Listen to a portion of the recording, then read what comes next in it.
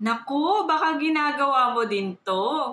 Paano alagaan ang ating bato? Sino nga ba dito ang may kilalang nagdadialysis? Kaibigan, klase, kamag-anak, o kapitbahay na dialysis patient?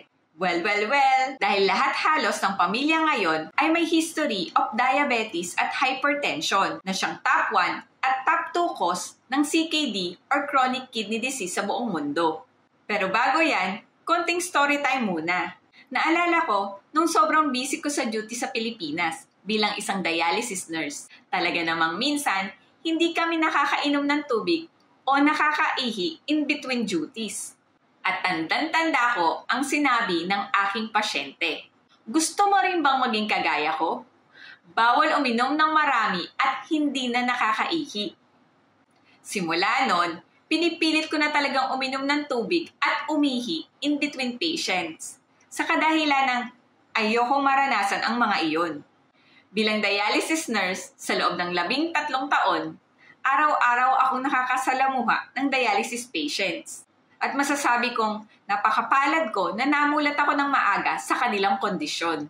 Ang araw-araw nilang struggle, financially, physically, at mentally. Kaya naman ngayon ay pinili ko ng simulang magbahagi ng aking mga nalalaman bilang nurse ng mga bato. So paano nga ba natin maaalagaan ang ating mga bato o kidneys? Upang alagaan ang ating mga bato, nararapat na uminom ng 2 to 3 liters of water per day o 8 to 10 glasses of water every day upang ma-flush ang toxic waste sa ating katawan dahil 70% ng ating katawan ay binubuo ng tubig. Dahil pagkulang ang ating pag-inom ng tubig, it can lead to dehydration na nagre-resulta na ang ihi natin ay may mataas na concentration ng waste product that can lead to kidney stone o UTI. At pag hindi nagamot, pwedeng masira ang ating bato. Okay, next. Para alagaan ang ating bato, nararapat lamang na umiwas tayo sa maaalat na pagkain. Tulad ng delata, noodles, processed food tulad ng hotdog, tocino, longganisa, at mga sausawan. Iwasan na rin natin kumain sa mga fast food.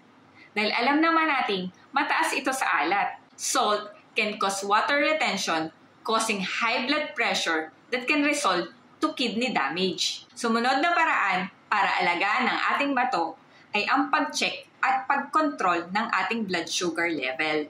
Kapag mataas ang ating sugar level sa ating mga dugo, ang maliliit na ugat sa ating bato ay nababarahan, kaya ito nasisira. Diabetes is the number 1 cause of CKD in the world that can lead to dialysis. Kaya mahalaga na i-monitor ang ating blood sugar level at iwasan ang matatamis na pagkain at mga inumin tulad ng soft drinks, fruit-flavored juices na binibigay sa ating mga kids, energy drink, or sweetened coffee and tea. Milk tea pa more. Next, para alagaan ang ating mga bato, dapat chine-check at minomonitor din ang ating mga blood pressure. Hypertension ang number 2 cause of kidney failure sa mundo. Kapag mataas ang ating blood pressure, katulad kapag mataas ang ating sugar level, ang mga ugat sa ating bato ay nababarahan. At kapag ito ay nabarahan, kumikipot at bumababa ang blood flow sa ating kidney kaya ito nasisira. Kapag ito ay nangyari, hindi na makakatanggal ng toxic waste at extra fluid ang ating mga bato. Sumunod, para alagaan ang ating bato, don't abuse pain relievers. Hindi vitamins ang pain relievers na pwede mong i-take araw-araw. Ang madalas na pag-inom ng ibuprofen at mefenamic acid ay masama sa ating mga bato. Pinaliliit din ito ang daluyan ng dugo sa ating kidney kaya ito nasisira. Kung masakit ang iyong ulo, itry mo munang magpahinga, matulog, uminom ng tubig, o i-massage kesa uminom ng mga gamot.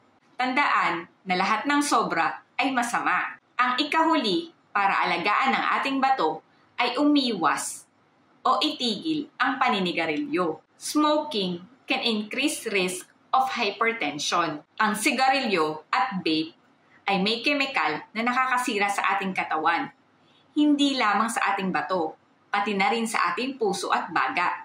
Kaya please, stop smoking. Dahil naniniwala ako na lahat ng dahilan para masira ang ating mga bato ay maaaring maiwasan basta't may sapat na kaalaman. Dahil ang kalaban natin dito ay ang irreversible na pagkasira ng ating bato na nauuwi sa pagdadialysis na ang tanging paraan lamang ay ang napakamahal na kidney transplant. Kaya kung gusto mo ring matuto at magbahagi ng iyong mga nalalaman tungkol sa ating mga kidneys, join me in our group, Usapang Bato PH. Doon ay magsama-sama tayong magbahagi ng ating mga mumunting nalalaman sa ating mga bato. At kung may natutunan ka sa video na ito, please like, share, and follow mo na rin upang marami pa tayong kabayang matulungan. At i-comment mo na rin dyan sa baba kung paano mo inaalagaan ang iyong mga bato. Ayun lamang po muna, hanggang dito na lang. Huwag kakalimutan, true wealth is health. See you on my next vlog. Bye!